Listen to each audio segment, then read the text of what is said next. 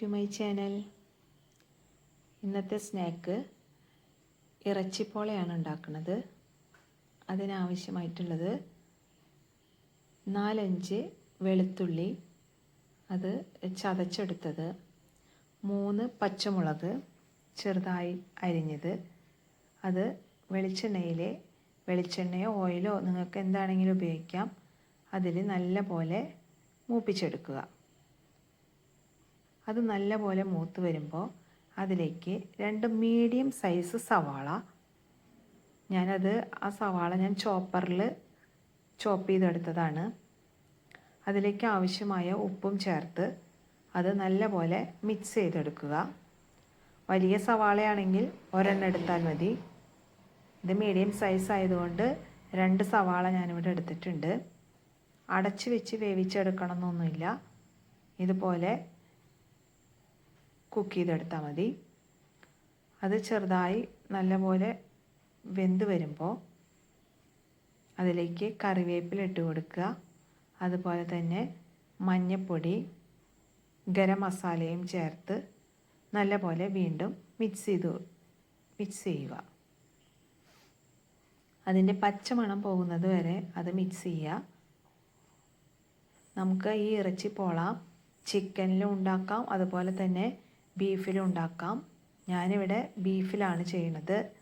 ഈ ബീഫ് നമുക്ക് ഉപ്പും മഞ്ഞൾപ്പൊടിയും ഇട്ട് വേവിച്ച് വെച്ചതാണ് ഞാൻ ഈ ബീഫ് ചോപ്പറിൽ ചോപ്പ് ചെയ്തിട്ട് എടുത്തതാണ്. നിങ്ങൾക്ക് വേണമെങ്കിൽ ഇത് മിക്സിയിൽ ചെയ്തെടുക്കാം.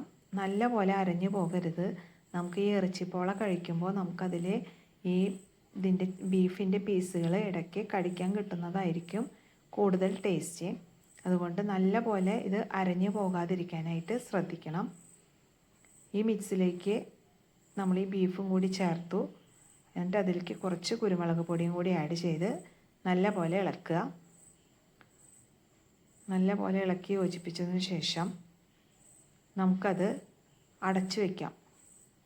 ഗ്യാസ് ഓഫ് ചെയ്തതിന് ശേഷം നമുക്കത് അടച്ചു വയ്ക്കാം. ഇനി അതിൻ്റെ ചൂട് നല്ല പോലെ പോയതിന് ശേഷം മാത്രമാണ് നമുക്കത് ഉണ്ടാക്കാനായിട്ട് പറ്റുള്ളൂ.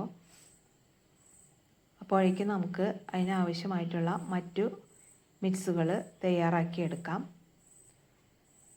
ഒരു ബൗളിലേക്ക് ഞാനിവിടെ 4 കോഴിമുട്ട പൊട്ടിച്ചൊഴിച്ചിട്ടുണ്ട്.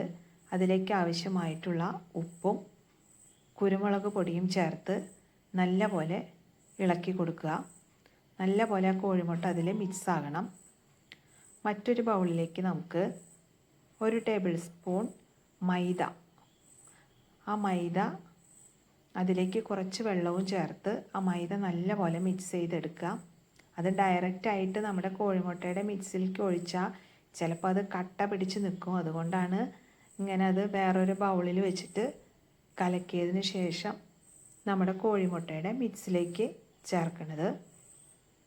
എന്നിട്ട് നല്ല പോലെ ആ കോഴിമുട്ടയുടെ മിക്സിയിൽ ചേർത്തതിന് ശേഷം നല്ല പോലെ ഇളക്കി കൊടുക്കുക. അത് നല്ല പോലെ ഇളക്കിയതിന് ശേഷം നമ്മൾ നേരത്തെ തയ്യാറാക്കി വെച്ചിട്ടുള്ള ആ മിക്സ് ഈ കോഴിമുട്ടയുടെ ഇതിലേക്ക് ചേർത്ത് കൊടുക്കുക. എന്നിട്ട് അത് നല്ല പോലെ ഇളക്കി യോജിപ്പിക്കുക. നല്ല പോലെ അത് ഇളക്കി യോജിപ്പിക്കുക. ഈ മിക്സിൽ ആവശ്യത്തിനുള്ള ഉപ്പും ഉണ്ടോയെന്ന് നമുക്ക് ഈ സമയത്തൊന്ന് ടെസ്റ്റ് ചെയ്ത് നോക്കാം. ഉപ്പ് കുറവാണെങ്കിൽ നമുക്ക് ആവശ്യത്തിന് ഉപ്പ് അതിലേക്ക് ചേർത്ത് കൊടുക്കാം. എൻ്റെ ഈ മിക്സിൽ കറക്റ്റാണ് ഉപ്പൊക്കെ. അപ്പോൾ ഞാനിപ്പോൾ ഒന്നും ചേർക്കണില്ല. അത് നല്ല പോലെ മിക്സ് ചെയ്യുക. കണ്ടോ, ഇങ്ങനെയുള്ളൊരു തിക്നെസ്സിൽ വേണം. അത് നല്ല പോലെ ലൂസായി പോകരുത്. അങ്ങനെ അത് മിക്സ് ചെയ്തതിന് ശേഷം ഒരു പാന് ഗ്യാസിൽ വെച്ചിട്ട് അതിലേക്ക് 1 സ്പൂണ് നെയ്യ് ഒഴിച്ചു കൊടുക്കുക. ആ നെയ്യ് ആ പാനിൻ്റെ എല്ലാ ഭാഗത്തേക്കും ആക്കി കൊടുത്തതിന് ശേഷം നമ്മൾ തയ്യാറാക്കി വെച്ചിട്ടുള്ള ഈ മിക്സിലെ അത് ഈ പാനിലേക്ക് ഒഴിച്ചു കൊടുക്കുക.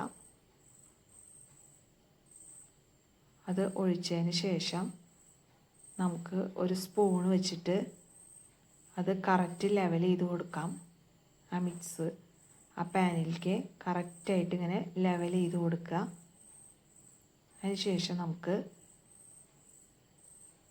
അത് അടച്ച് വെച്ചിട്ട് വേവിച്ചെടുക്കാം. ടൈം ഞാൻ കറക്റ്റായിട്ട് പറയുന്നില്ല, ഓരോരുത്തരുടെ ഫ്ലെയിമിനനുസരിച്ചിട്ടായിരിക്കും. അത് നമുക്ക് അടച്ച് വെച്ചിട്ട് അത് വേവിക്കുക. അതിൻ്റെ മേൽഭാഗം ആറി വരുന്നത് നമുക്ക് കാണാം. അങ്ങനെ മേൽഭാഗം ആറി വരുമ്പോൾ നമുക്കത് തിരിച്ചിട്ട് കൊടുക്കാവുന്നതാണ്. ഞാനതിവിടെ കുറച്ച് സമയം ഇങ്ങനെ അടച്ച് വെച്ച് വേവിച്ചു. എന്നിട്ട് ഒരു ടൂപ്പിക്ക് കൊണ്ടോ അല്ലെങ്കിൽ നമ്മുടെ പപ്പടം കുത്തുന്ന കോല് കൊണ്ടോ നമുക്കതിൽ കുത്തി നോക്കാം. കുത്തി നോക്കുമ്പോൾ അതിൽ തീരെ അത് ഒട്ടിപ്പിടിക്കുന്നില്ല. കണ്ടോ, അതിലൊന്നും ഒട്ടിപ്പിടിച്ചിട്ടില്ല. അപ്പോൾ നമ്മുടെ മേൽഭാഗം അത് ആറി വന്നിട്ടുണ്ട്. അതിനുശേഷം നമുക്ക് മറ്റൊരു പാന് ഗ്യാസിൽ വെച്ചിട്ട് അതിലേക്ക് കുറച്ച് നെയ്യ് ഒഴിച്ചു കൊടുത്ത് നമ്മൾ തയ്യാറാക്കിയിട്ടുള്ള ഈ ഇറച്ചിപ്പോള തിരിച്ചിട്ട് കൊടുത്ത് കുറച്ച് നേരം കൂടി, ഒരു 5 മിനിറ്റും കൂടി നമുക്ക് ഈ പാനിലിട്ടിട്ട് അത് വേവിച്ചെടുക്കാം.